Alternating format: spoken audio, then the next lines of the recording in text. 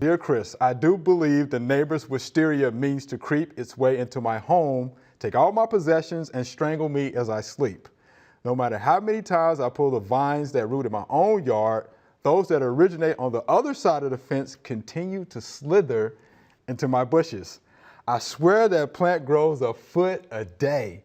Short of sneaking around after dark with a bottle of Roundup, is there any way to discourage this wisteria vine from crossing the property line? Signed, sleeping with one eye open. I like that. All right, Miss Laura, how about that? We don't want this to strangle you to death. Mr. D, can we help Miss Laura out? You know, the only thing, Miss Laura, I don't think you have to worry about, I don't think that they will take your possessions. Everything else, I think you need to worry about. Right. Everything else that you're worried about, you need to worry about. I guess this is a Chinese or Japanese wisteria. It's probably a Chinese wisteria. Very invasive. Very, very invasive. It's a beautiful plant, has a beautiful bloom, but it is very, very invasive. And you know, I've looked. There are things that will kill it. And if the whole plant was on your yard, we could probably, I can probably go ahead and give you some ideas of things that will kill it. But if it's popping up in your yard, in my opinion, it's on your property. At the least, you can prune it, you know, cut it back. But I mean, you'll work yourself to death doing that. You'd almost have to do that daily, or at least once a week. Yeah, definitely weekly, starting in the spring go in there to the fall. And it's going to be a, you know, forever. I mean, you've got to do it forever as long as that plant is across the road. I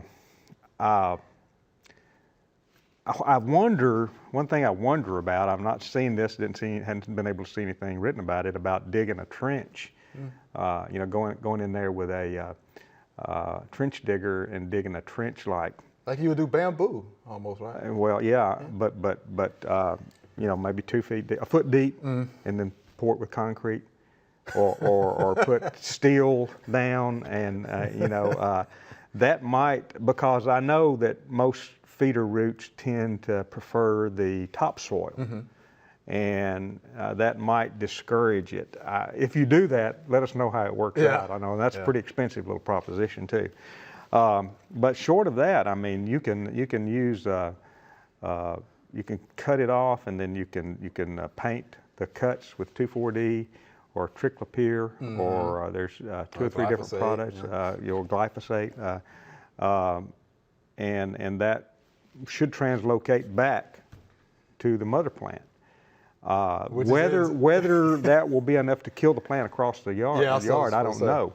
But technically, you're applying that pesticide on your property, on the plants that are growing in your yard, and I think you can do that. Okay. I think you can do that, and I probably would. Would you do that? I would. You better believe I would, because it's just, you know, it's so invasive. I mean, it'll kill the trees if you let it go. It will climb trees in your yard. It will strangle those trees. It'll actually wrap around them and girdle the tree. I've seen it it'll climb up your house. I don't know about this by experience. I do know this by experience. I do know this by experience. You're talking to somebody that actually planted a wisteria and watched it slowly take over my backyard. You know, this was many, many years ago when I was younger and dumber. That's a tough situation. It's really a tough situation. Yeah, we don't want you sneaking around after dark. Have you thought about selling your house? You know, that may be option, right? Move. Yeah, that may be the simplest option. All right, Ms. Laura. Well, we gave you a lot of choices there, so I hope you can use one of those, and hopefully you can sleep peacefully at night after that.